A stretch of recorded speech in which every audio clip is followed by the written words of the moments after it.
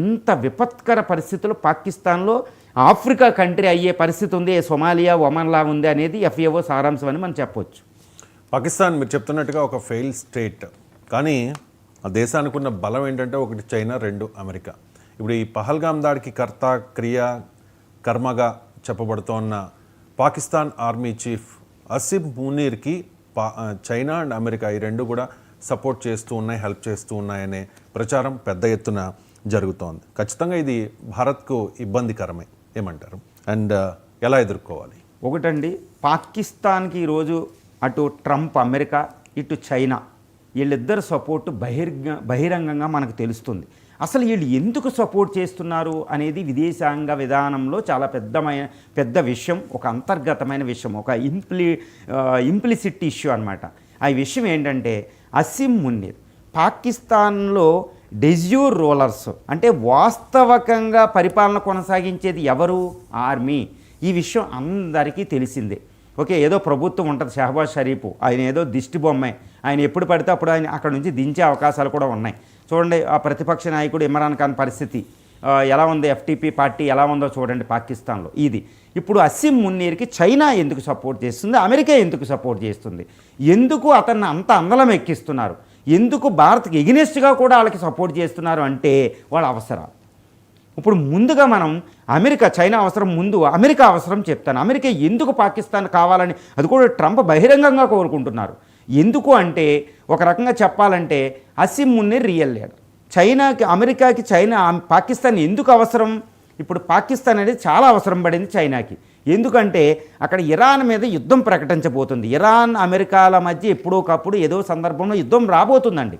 ఇప్పుడు nuclear talk జరుగుతున్నది, fail అయ్యే అవకాశాలు చాలా పుష్కలం. సో ఇరాన్తో యుద్ధం వస్తుంది.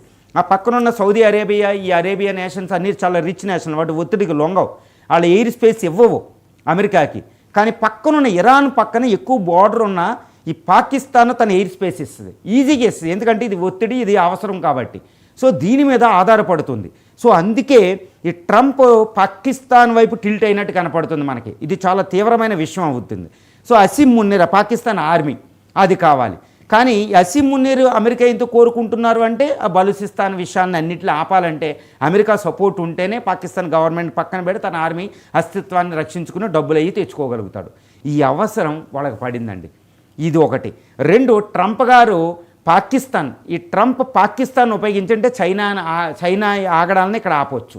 సో ఈ రెండిట్ల వల్ల చైనా పాకిస్తాన్ వైపు మొగ్గు చూపింది. ఇప్పుడు అమెరికా పాకిస్తాన్ వైపు.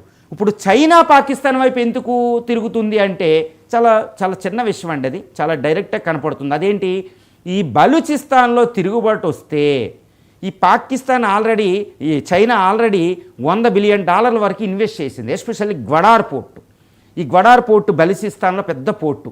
ఈ గ్వడార్ నుంచి ఈ సీపెక్ అనేది ఒకటి వెళ్తుంది, చైనా పాకిస్తాన్ ఎకనామిక్ కారిడార్ అని. ఈ సీపెక్ డిస్కనెక్ట్ అయిపోతుంది, దాని $100 బిలియన్ ఆపదలో పడిపోతుంది. ఈ గ్వడార్ పోర్టు ఉండదు, హిందూ ఓషన్లోకి రావడానికి, మిడిల్ ఈస్ట్లో ఉండడానికి అలా డామినేషన్ ఉన్న గ్వడార్ పోర్టు డివైడ్ అయిపోతుంది. సో గ్వడార్ని రక్షించుకోవాలంటే పాకిస్తాన్ ఆర్మీ ద్వారా దాన్ని తిరుగుబాటుని అణచాలి. కాబట్టి చైనా పాకిస్తాన్ ఆర్మీతో సంబంధాలు కొడుతుంది అసిమ్ మునీర్తో. సో ఈ విధంగా ఏంటంటే చైనా అస్తిత్వానికి, ఇటు అమెరికా ఇంట్రెస్ట్లకి పాకిస్తాన్ అనేది మళ్ళీ వేదిక కాబోతుంది, వాళ్ళ లాంచింగ్ ప్యాడ్ అవ్వబోతుంది అనమాట. అది ఒకప్పటిది.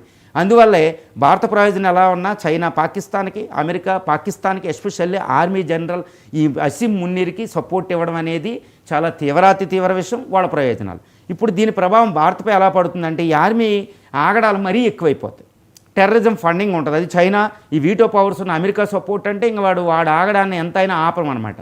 సో అందువల్ల ఏంటంటే ఇటు చైనాపై, ఇటు అమెరికాపై భారతదేశం తీవ్రమైన ఒత్తిడి తీసుకురావాలి. అందువల్ల ఈ దౌత్య యుద్ధం, ఐక్యరాజ్య సమితి అన్ని దేశాల మీద ఒత్తిడి తీసుకొస్తే చైనా అమెరికాలు బహిరంగంగా కనీసం షార్ట్గానైనా సపోర్ట్ చేయలేని పరిస్థితి క్రియేట్ చేయడానికే భారతదేశం ఈ పాకిస్తాన్ దృష్టితో కాదు, అమెరికా చైనాల దృష్టితో కూడా ఈ దౌత్య యుద్ధం చేస్తుందని చెప్పవచ్చండి.